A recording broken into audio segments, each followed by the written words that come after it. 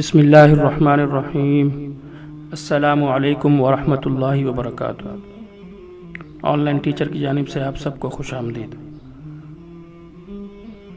دوستو، آج میں آپ حضرات کو نبی اکرم صلی اللہ علیہ وسلم کی ایک مبارک حدیث کا خلاصہ اور مفہوم سمجھانے لگا ہوں اور آپ حضرات کو بتانے لگا ہوں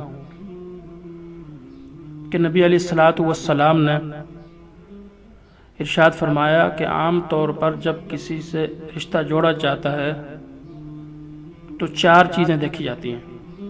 وہ 4 چیزیں بتانے سے پہلے میں کچھ لوازمات آپ کو بتانے لگا ہوں۔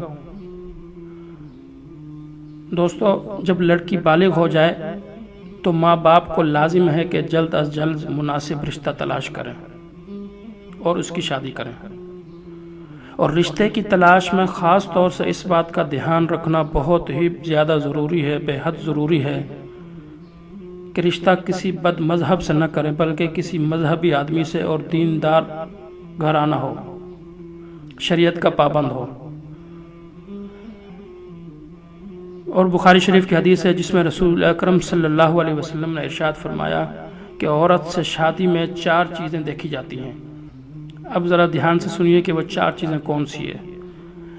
نمبر 1، رسول اللہ صلی اللہ علیہ وسلم نے فرمایا عورت سے شادی کے وقت 4 چیزیں دیکھی جاتی ہیں۔ نمبر 1، دولت مندی، یعنی کہ یہ دیکھا جاتا ہے کہ آیا اس کے گھر والے پیسوں والے ہیں، مال و دولت والے ہیں یا غریب ہیں۔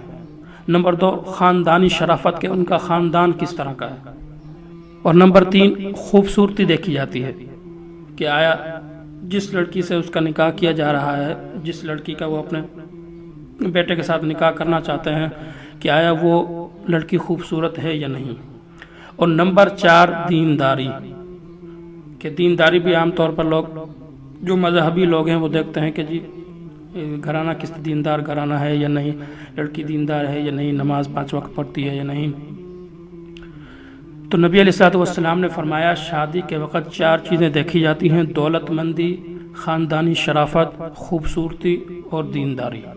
لیکن آگے فرمایا تم ان 4 چیزوں میں دینداری کو مقدم رکھو، یعنی کہ وہ 3 چیزیں پائی جائیں یا نہ پائی جائیں، اگر دینداری پائی جائے تو اس سے آپ شادی کر لو۔